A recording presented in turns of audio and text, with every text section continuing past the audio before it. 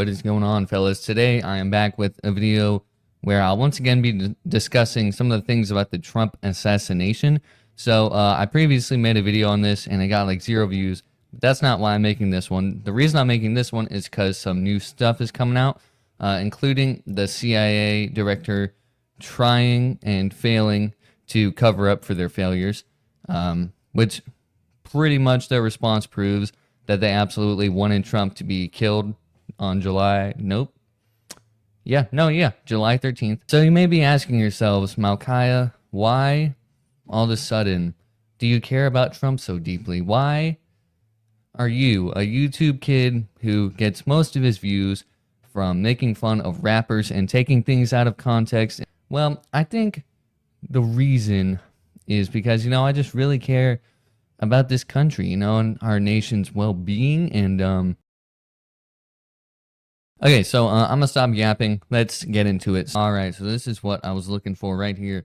So this article is from The Hill. We're gonna read through this because this is more what I wanted to talk about. So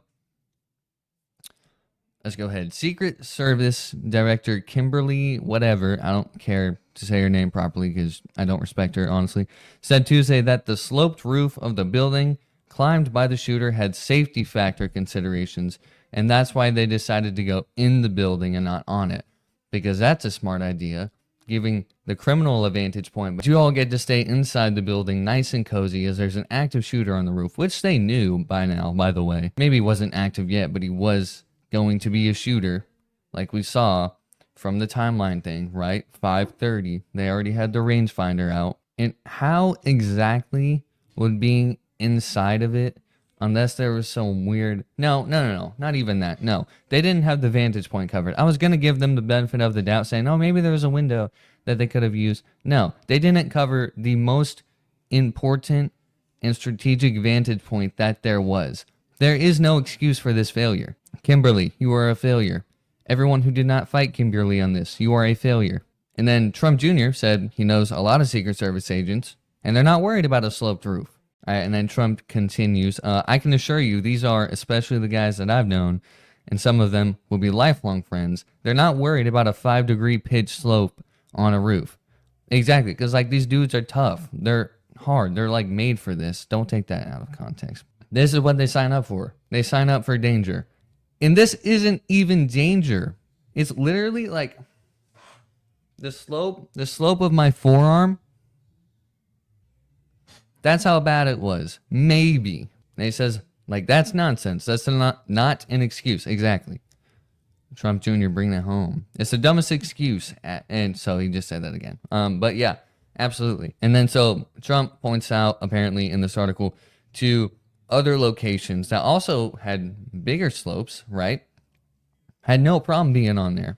So why was this roof not covered? Still, we have no actual reason, other than they knew they wanted Donald Trump dead. Article goes on to say concerns about the level of security around the area have risen. No wonder. And then we're all calling, at pretty much everybody in the USA who has a functioning brain is calling for Kimberly to step down. And she has rejected, because she's a woman and she's stubborn. No, don't say that. She is rejected because she's frankly not the brightest person. You can see that from this. Like, how did she think she was going to cover this up? There's too many plot holes for you to be able to just brush this off as, oh, sorry, we messed up. Even if it was a little mistake and it wasn't planned out, you should still step down. Mistakes are just simply not allowed when you're in a position like that, no matter how small.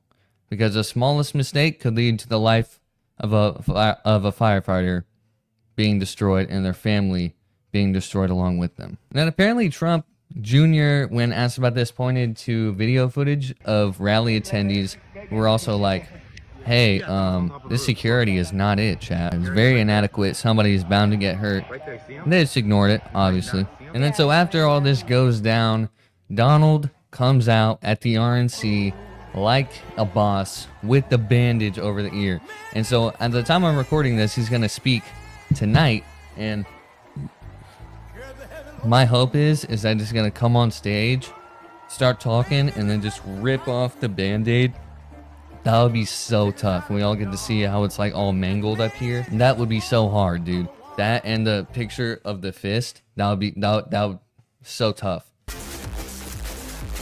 I have no doubt that this event will go in history books and be remembered as the assassination attempt that put Donald Trump in power and that ultimately stopped our nation from collapsing. And then big thing I want to talk about is last Trump Jr. quote, I promise. Trump Jr. said, you know, the fact that he turned his head at that moment, I'm not an overly spiritual guy, right? But that is divine intervention. And absolutely, bro. Have you seen all the diagrams where they're like showing the bullet path and how if Trump didn't decide to take a look down at his little graph or whatever, he would be dead? If not, I'll put a few up here somewhere. But that was 100% divine intervention, which is another reason why I believe this is God's elect for this position, at least right now. No, maybe he's not the best person. Maybe he's not the best option.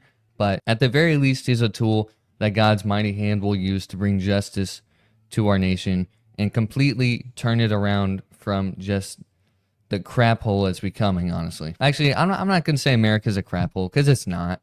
But just if we continue in the direction we're going and these evil people in power are allowed to stay in power, then it will become a crap hole. And yeah.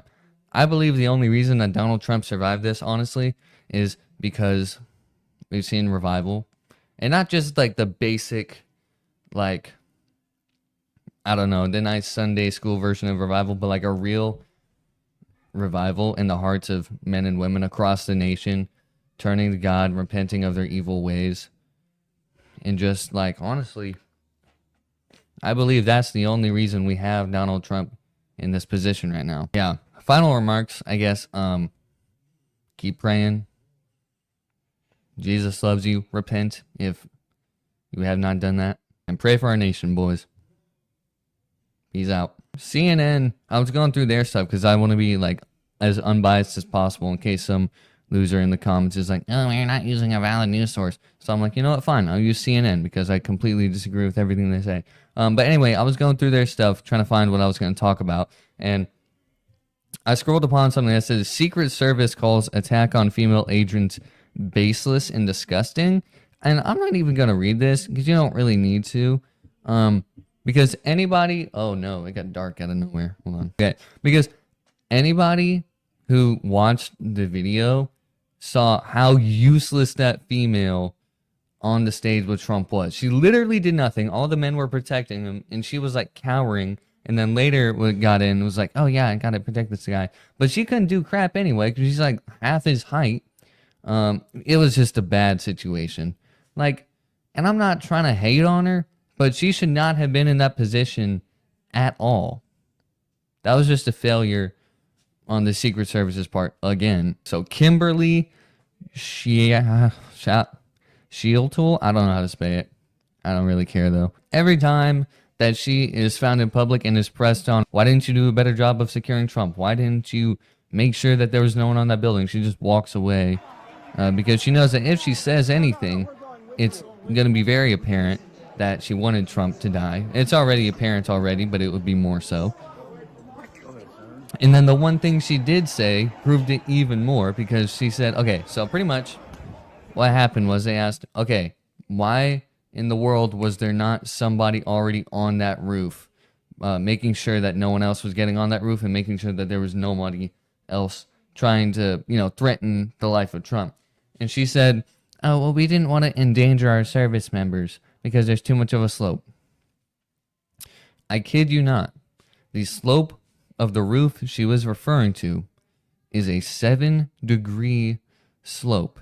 And also, as a Secret Service member, you're pretty much part of the job description is you're going to lay your life down for president if it comes down to that, regardless of the situation. So even if it was too sloped, which it wasn't, because there were other members on an even more sloped roof, which is where the famous picture of that sniper guy comes from, even if it was more dangerous, they should be there anyway. That's what they signed up for. They literally signed up to potentially die for this cause. They knew full well what they were getting into, and if they didn't, they shouldn't have signed up for the job. Also, one thing this is from ABC News, so once again, totally, I'm being unbiased here, right? According to them, they have a little timeline here, and I'll put a screenshot of when, or no, just not when, but like things that happened with the would-be Trump assassin, right? So 510, Crooks was first identified as a person of interest. Okay, so far so good. Can't really do anything if they're just, kind of worrisome, but have no reason to be, I guess treated as an actual threat. But then immediately jumps to 5:30. Crooks was spotted with a rangefinder. Why would this man be on the roof with his rifle, with a rangefinder, pointed at this presidential candidate if he did not intend to fire at him? This is retarded. And then it just gets worse and worse from there. Crooks spotted on roof by Secret Service. Okay.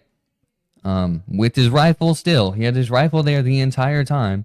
Trump takes stage. Crooks fires first shots. And it took them 26 seconds to kill this guy, even though they knew exactly where he was, and they had their rifles trained on him pretty much ever since he became a person of interest on top of that roof, and it took them 26 seconds. You're telling me that there's absolutely no way that this was orchestrated by the Secret Service and the CIA and the FBI? And what we're even more upset about, for clarity, is the fact that this man took a life, a very innocent life. Also, Trump is innocent, right? But an even, I guess, more so innocent life, who had literally nothing to do with, I'll say the shooter. I'm not going to say his name. I don't want to give this guy credit. He's a loser.